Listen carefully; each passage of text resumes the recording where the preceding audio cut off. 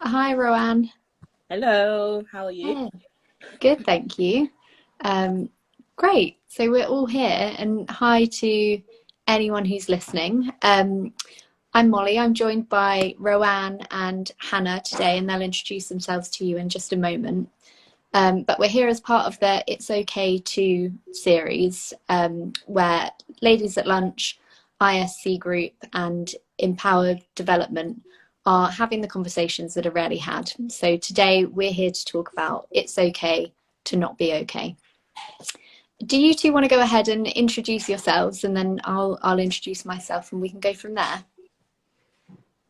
Yeah, of course. Do you want to go first? Yeah, sure. My name's Roanne. I work at Zurich as a compliance governance manager. I've worked in insurance for probably about 11 years in various different roles, both with customers and behind the scenes. And I currently work in the compliance team, so looking after a team of operational staff. And outside of that, I tend to get involved in a lot of cultural work streams, I like to think, so all about equality and from a race perspective, but also from being a female. And also, I'm really passionate about mental health as someone who lives with anxiety, which often leads to depression as well. So, like to be proactive about talking about it and managing my own mental health.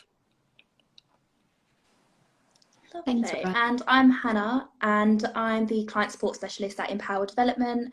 I've been in insurance within the last 4 or 5 years.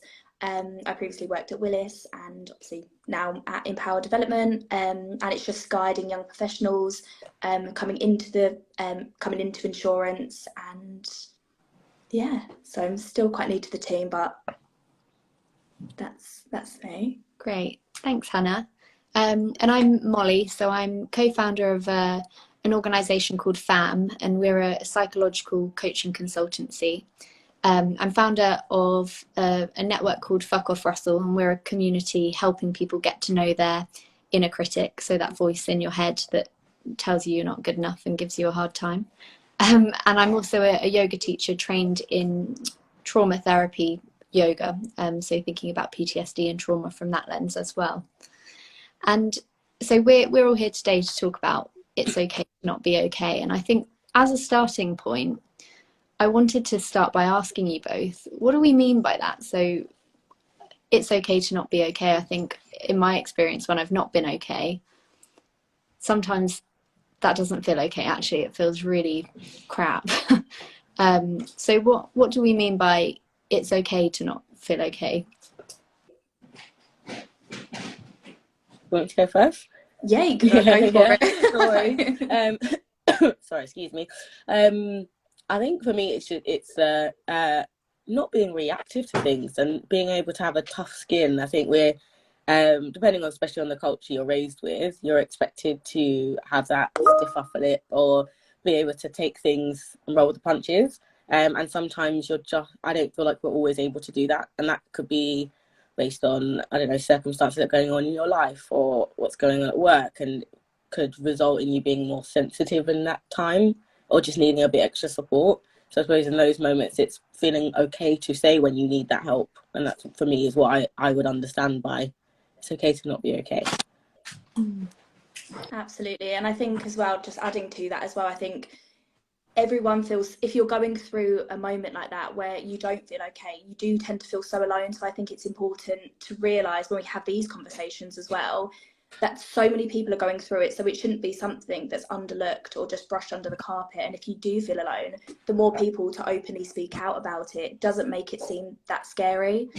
And it just puts it into the perspective that although it's not, although you're not okay, that is okay, because so many people are going through it as well, and there shouldn't be such a bad stigma behind that saying. I think you've both raised some really important points there, and I suppose part of the reason that we've all come together to have this conversation is that we've all got our own experiences with times that we've not felt okay, and whether that's been received well or not at work and outside of work. So I wonder, do you want to tell us a little bit more about your experiences and how this sort of relates to you and the journey that you've been on? Yeah, so I think the most recent one is probably that last summer my dad passed away, and it was very sudden. It was just he went to sleep but he didn't wake up. And for me that meant I think when you have like on a weekend and you go to work on the Monday and you think, okay, I've got loads of people relying on me. I've got to keep going. You kind of try to put those feelings to the side. They were really, really supportive and allowed me to take off time that I needed, but I kind of just felt my own need to keep going. However, it meant that at the beginning of this year, I was able to go to them and go, actually, I'm not okay, and I need to take some bereavement leave. And they supported me to take a month off. My team kind of stepped up and were able to step in on my absence, and so I didn't have to think about work. And I think for me, I like to consider it almost like they were my tribe at work.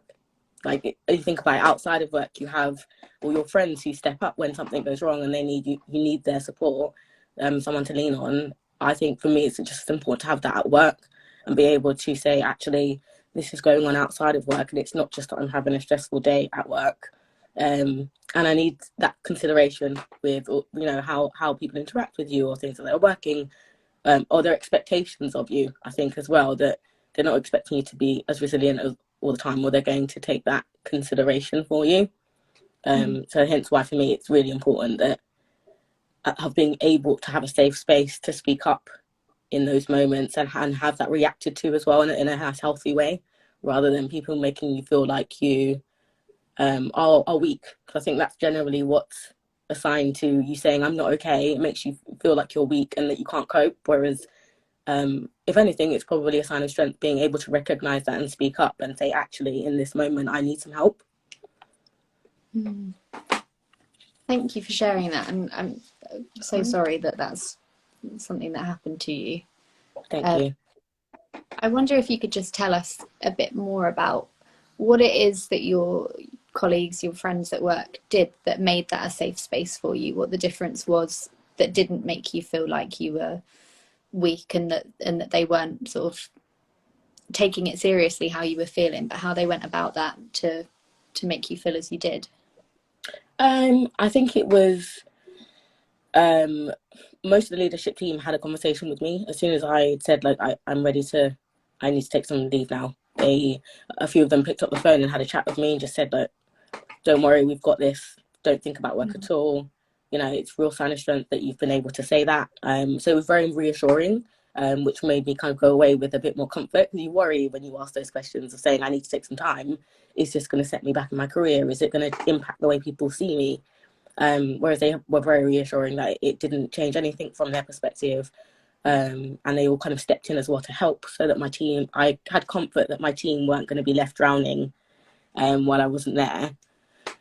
And I think as well, like, they sent me flowers and things like that as well to let me know they were thinking of me. So it's just the very small gestures that I think you kind of get from your friends, and that's why it feels the same dynamic, but just in work. Is the best way to put it.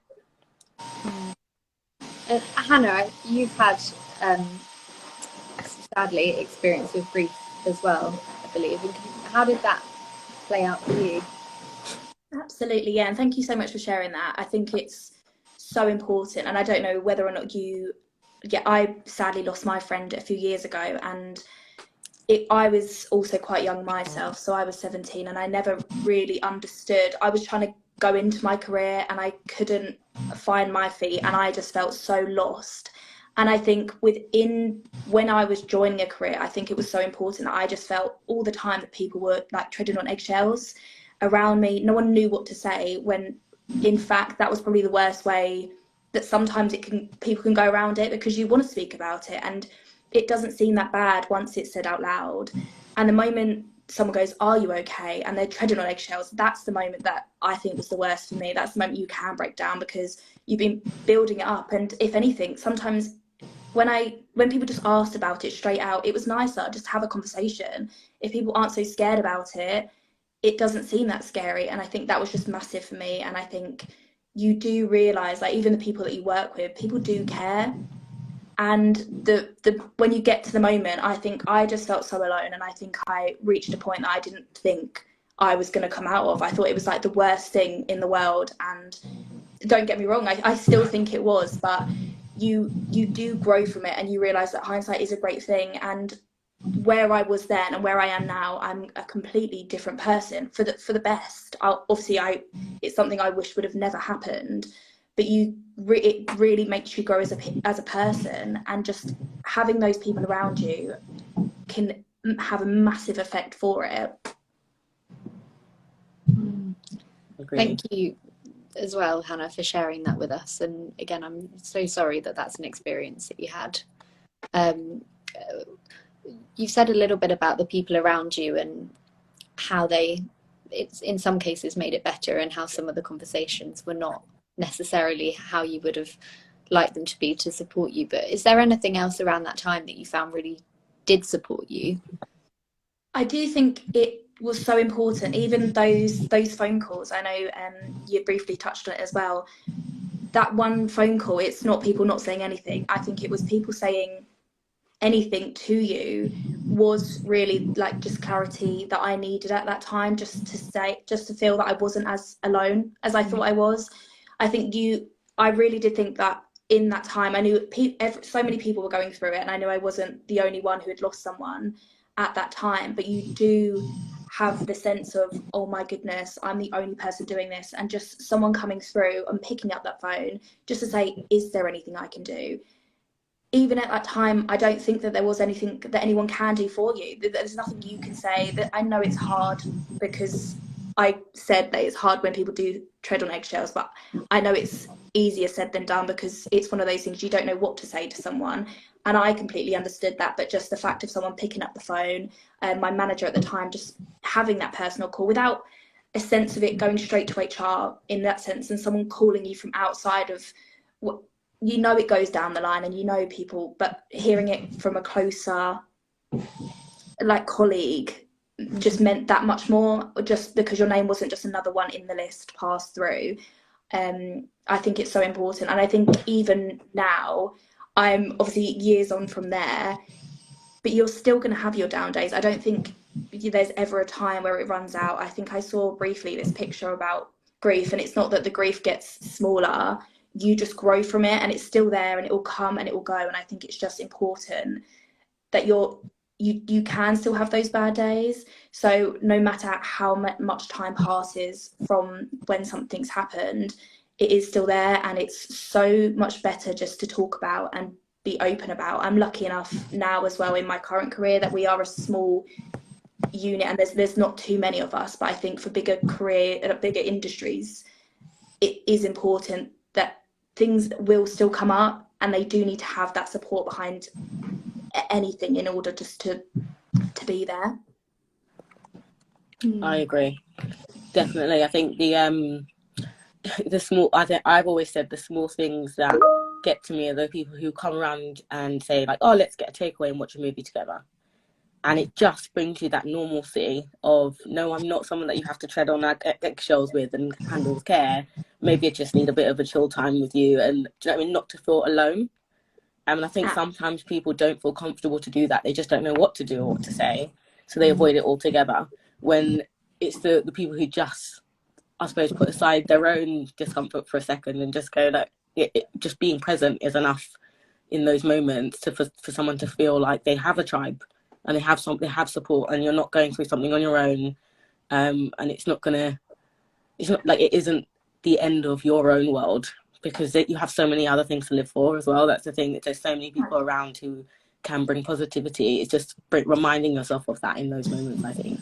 Yeah, absolutely. And just touching on that as well, I think obviously we base it on it's okay not to be okay. Mm-hmm. I think I had a massive I felt worse sometimes when I got to the point where I did feel okay. When you had those days where you do feel okay and you blame yourself and you think, I shouldn't feel like this. So I think although it is important not to be okay, I think it is important to be okay in some circumstances like that you shouldn't beat yourself up when you are having a good day, because you do feel bad about some. I remember just feeling, I would almost want myself to feel worse when it was completely the wrong thing to do, but you can't explain it in your head. You don't want to be okay, but the days that you are okay, I think it is important to realize that's okay too. I don't think anyone ever said that. People always come and say it's okay, whatever you're feeling, if you're having a bad day, but no one ever says, well, what if you're having a good day? What no one really talks about that other side to it, and I think that's another such important thing just to share. Like, when you are talking about it,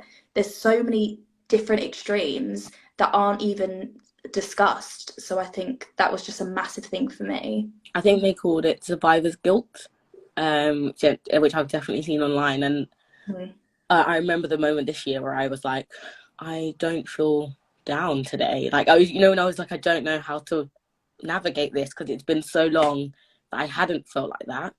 And my friend was like, it's because you've literally just been living in like the dark for a little while, and now you feel like you can see the lights again, and you can feel the color, you can see all the colors and enjoy it. So you're in shock because it's like, this is not normal. Why do I feel okay today? And it's being able to just embrace how you're feeling in any moment, I think, is the main thing for me.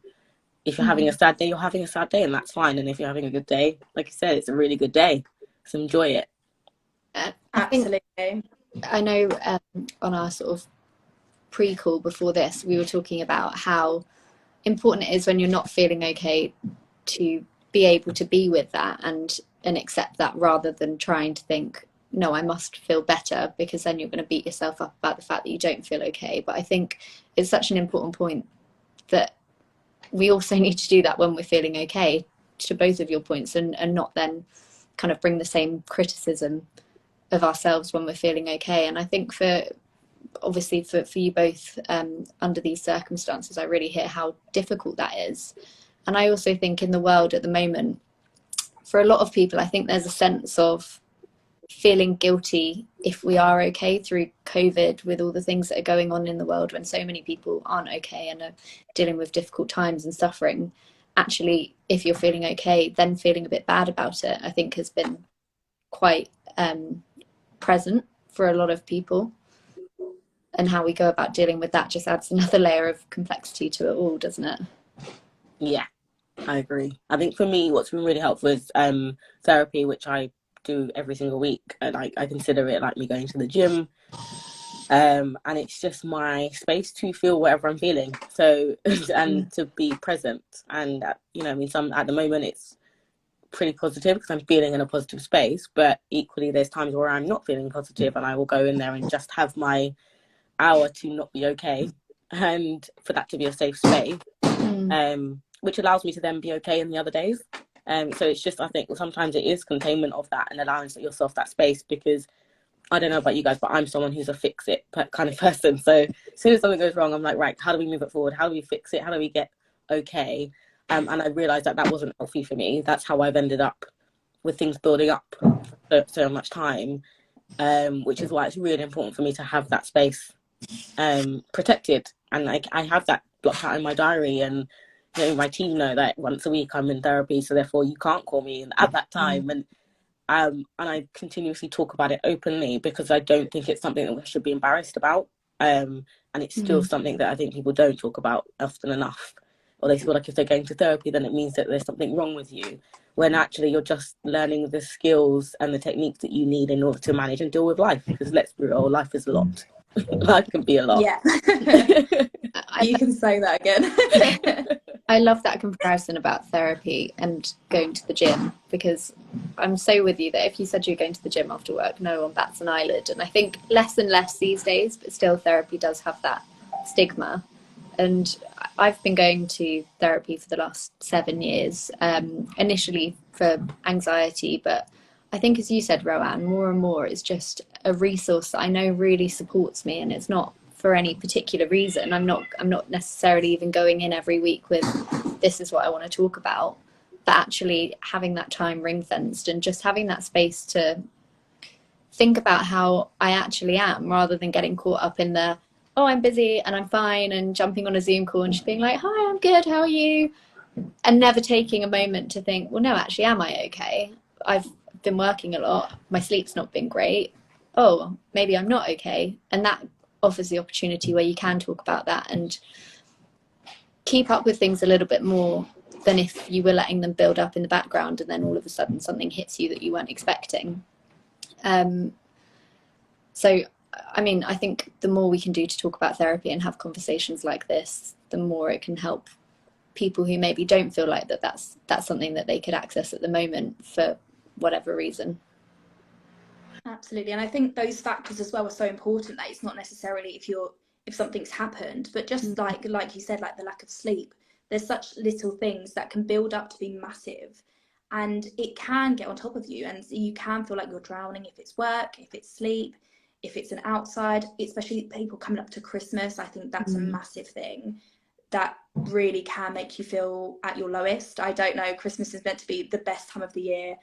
Everyone's celebrating and doing different things, and sometimes you do have to take a step back and think, this isn't okay. And there's, like you said, if it is therapy, if it's talking to someone, I think the same aspect of that is, I was on antidepressants for a long time, and I did come on the other side of it, but at the time I was like, oh gosh, it's so built up to be this thing that you shouldn't do. And God, I wouldn't tell people like about that. Imagine if I dropped my bag or take it in the morning, I wouldn't take it out with me, and it would, but and then when I look back, I think, well, why did I do that?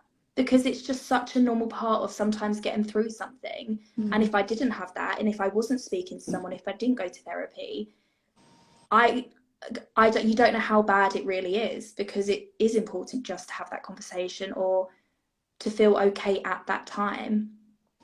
Agreed. I think like literally no one will bat an eyelid if I said I got a PT in order to help me train, and I was taking having protein every day to help me bulk. Like, no one would bat an eyelid on those things.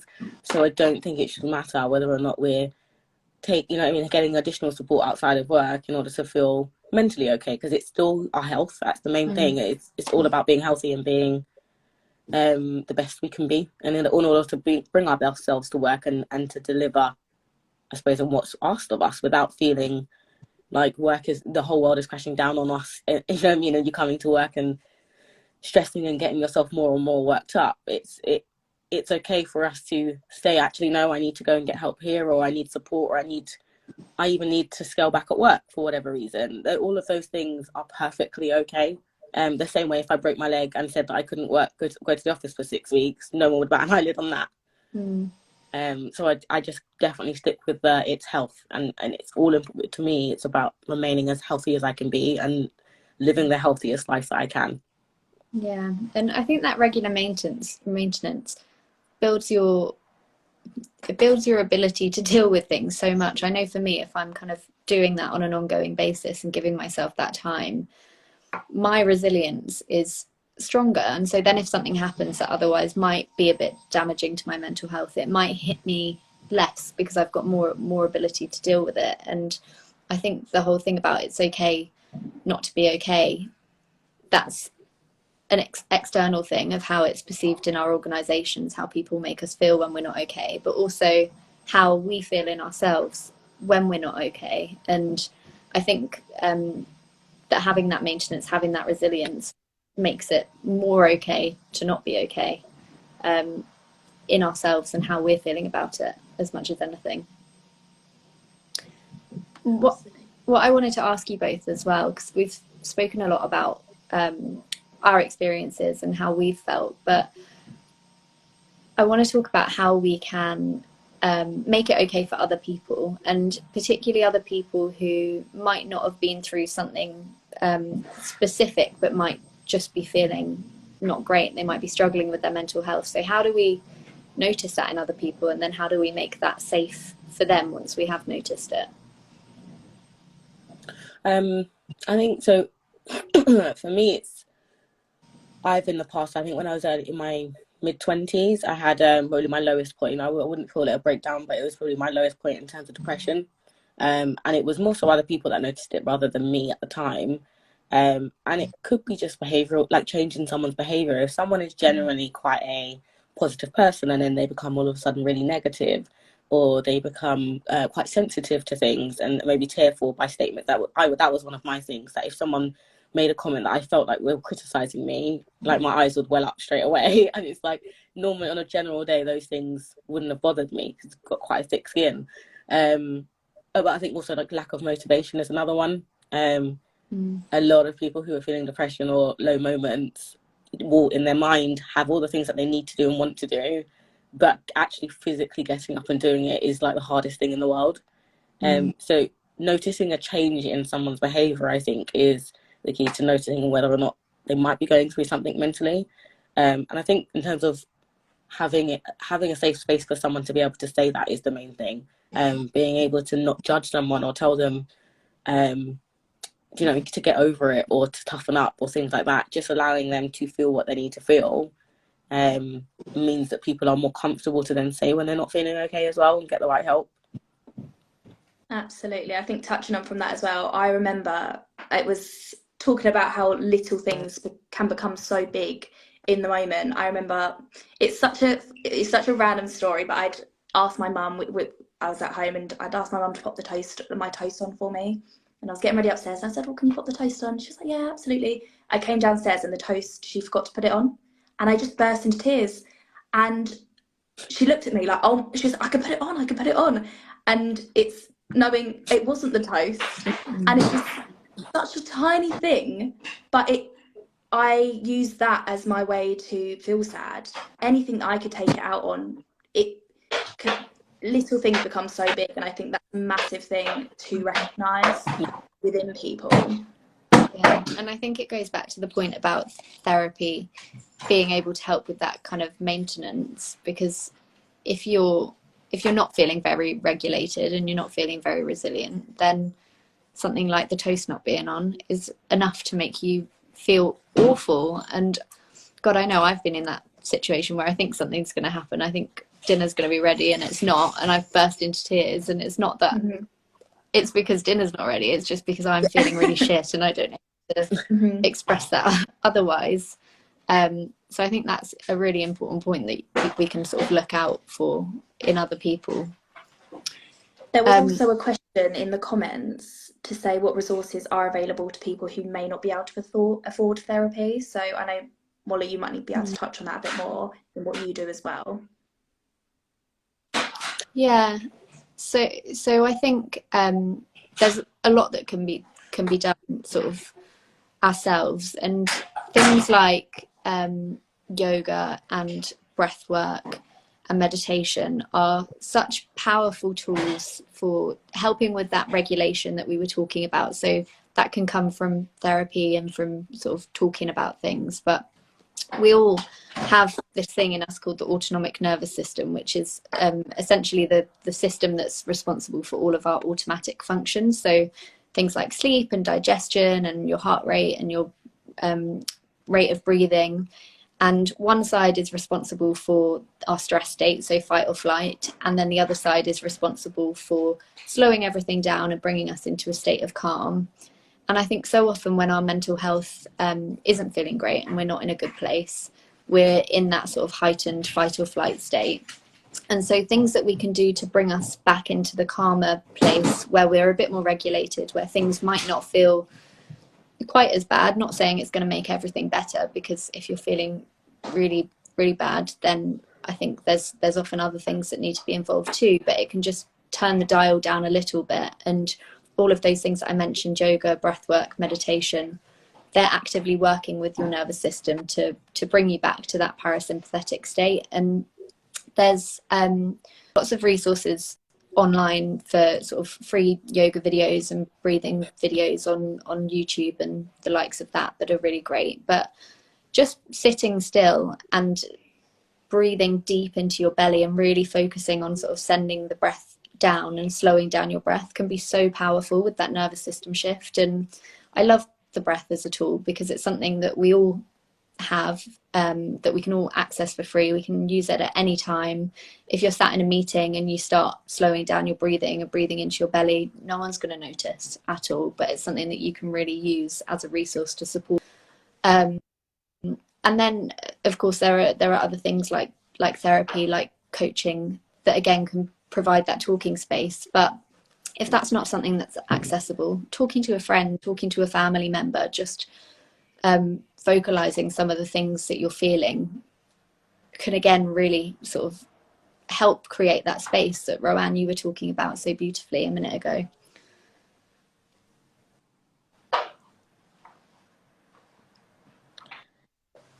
Oh, definitely. And I know sometimes as well, I think even when you talk to people, I think even speaking to you guys ahead of this call, and even now, you don't actually realize how many people are in therapy.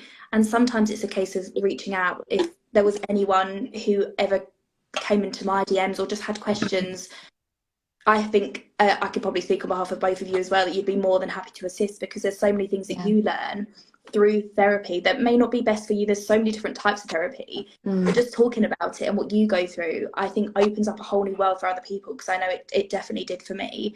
That there's so many things that they can teach you that you can pass on, whether or not it helps, whether or not it doesn't. Sometimes it is just worth the conversation. And I think that's important, whether it's friends, family, or even people like us. I think more times than not, if there was anyone in a bad space, my doors are always open and I'd always be happy to have a conversation, because all it can take is a conversation. It obviously can take a lot more, and that won't be the end of it, but it like I said before, it's not as scary. I agree. And I know, only because we haven't mentioned it before, but also speaking to your GP, sometimes there are free counselling, or, you know what I mean, you get a number of sessions for free. Or there's like volunteer groups as well, people you can speak to. Depending who you work for, a lot of companies also offer the helplines that you can call. So I think with Zurich we get cover for some counselling within our healthcare, but we also have a system called LifeWork, so you just call up and then they put you through to someone to speak to. So there are loads of free resources available.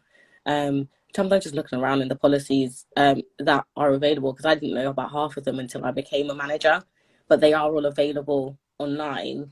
And we've got like a wellbeing hub with loads of different resources and tools and tips on how to manage your stress levels or your mental health. So I think it's just being able to ask for help and taking advantage of all of those resources that are available. So I think sometimes we see the emails and we file them and then we never look at it again. When in reality, if we actually start to use them, they can be really, really useful. Yeah, that's the word. Employee assistance program. Thank you, Tony.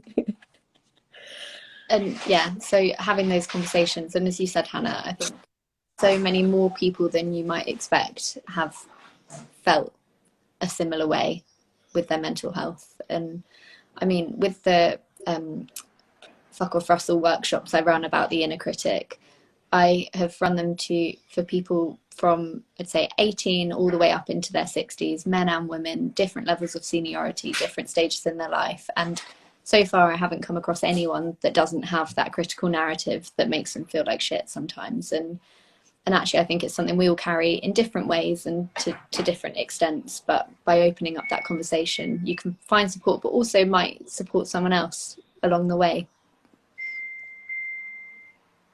Exactly. And I think there's also one thing, I think probably leading on to your point about the yoga and the breathing, all the natural endorphins that come from exercise, or you know what I mean, like eating healthy and just taking care of you. Those all make a huge difference to your mental health.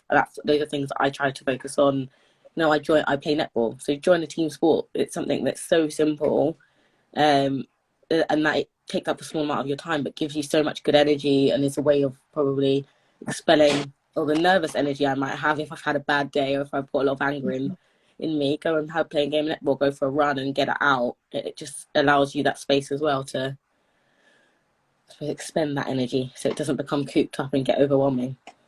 Yeah, I love that. And I think it's about finding what works for you, right? You've got netball. Exactly. I love walking my dog after a crappy day where I felt stressed, but finding that toolkit that you can have in place so that when you notice that you're not feeling so good, you're like, right, these are the things that I know I can do. Let's go there and see if I can help make this a little less crappy. Even something as small, I think for my previous job, I was at home all the time. So I was remote working constantly.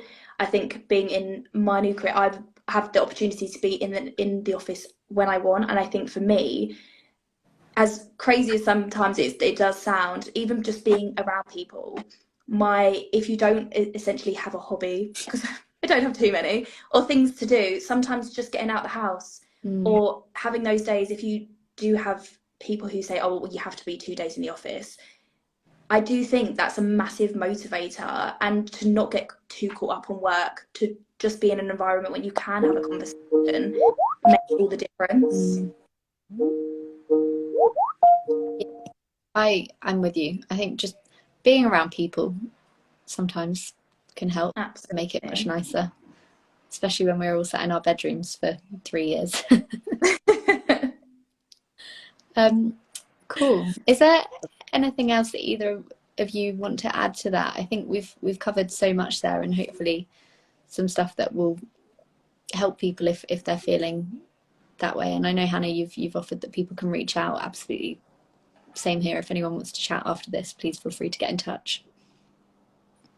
Definitely. Same as well. I'm more than happy to lend a hand of support or share any gems that might help other people not to be okay, I guess, as well. Yeah. There we go.